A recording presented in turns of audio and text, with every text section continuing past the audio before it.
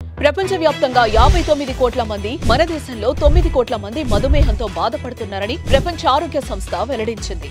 ప్రతి ఏడుగురులో ఒకరు డయాబెటిస్ తో బాధపడుతున్నారు. భవిష్యత్తులో ప్రతి ఏడుగురులో నలుగురు అయ్యే అంచనా. డయాబెటిస్ మీద పూర్తి అవగాహన అందించి డయాబెటిస్ నుంచి తెలుగు ప్రజలను కాపాడే ప్రయత్నం చేస్తోంది సుమన్ టీవీ. సో డయాబెటీస్ ఉన్నోళ్ళకి ఆల్మోస్ట్ ఒక 50 to 60% డయాబెటిక్ గ్యాస్ట్రోపారసిస్ అనే ఒక ప్రాబ్లమ్ తో వాళ్ళు సఫర్ అవుతా ఉంటారండి. ఇది జనరల్ గా టైప్ 1 డయాబెటిక్స్ లో ఎక్కువ చూస్తాం. అలాగే టైప్ 2 డయాబెటిక్స్ లో ఎవరికైతే ఈ డయాబెటీస్ మోర్ దెన్ 10 years అంతకంటే ఎక్కువ కాలం ఉన్నోళ్ళకి ఈ డయాబెటిక్ గ్యాస్ట్రోపారసిస్ అనే ప్రాబ్లం అనేది కామన్ గా చూస్తూ ఉంటాం.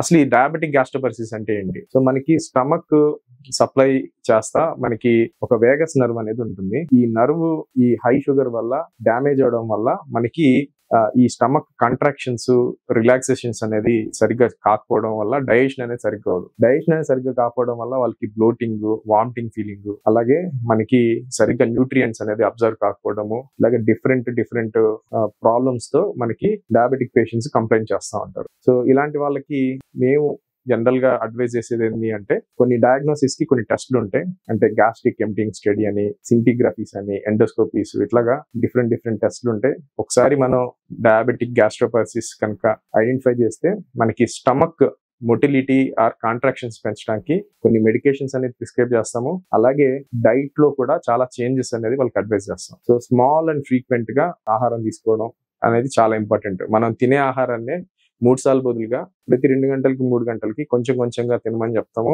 అండ్ రెండోది వాళ్ళలో హై ఫైబర్ కానీ హై ఫ్యాట్ డైట్స్ కానీ తక్కువ చేయమని చెప్తాం.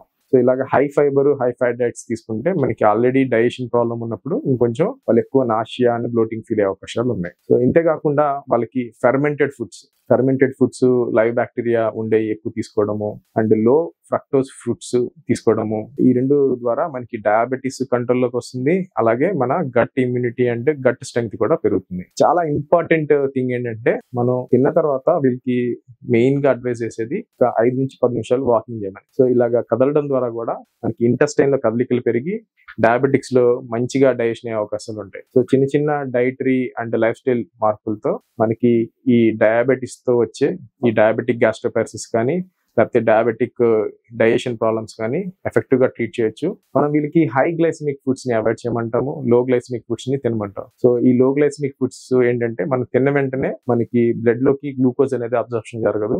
సో స్లోగా అబ్జర్వ్ అవడం ద్వారా మనకి డయాబెటిస్ కంట్రోల్లో ఉంటుంది. అలాగే డైజెషన్ కూడా బాగా. అండ్ ఫైబర్ అనేది మనం ఎక్కువగా గ్యాస్ట్రోపారసిస్ ఉన్న వాళ్ళు స్లోగా గ్రాడ్యువల్ గా పెంచుకుంటే వెళ్ళమంటాము. సో హై ఫైబర్ తిన్నా కూడా కొంత బ్లోటింగ్ అనేది వస్తుంది కాబట్టి గ్రాడ్యువల్ గా మనం వీక్స్ 2 months ఈ ఫైబర్ రిచ్ ఫుడ్స్ తినమంటాము. అండ్ వాటర్ కూడా బాగా తీసుకోవడము, ఈ ఫిజికల్ గా యాక్టివ్ గా ఉండడము, and very important blood sugar కనుక మనం 7.5 or 7 below కనుక మెయింటైన్ చేస్తే ఇది రివర్స్ అయ్యే అవకాశాలు చాలా ఉంటాయి.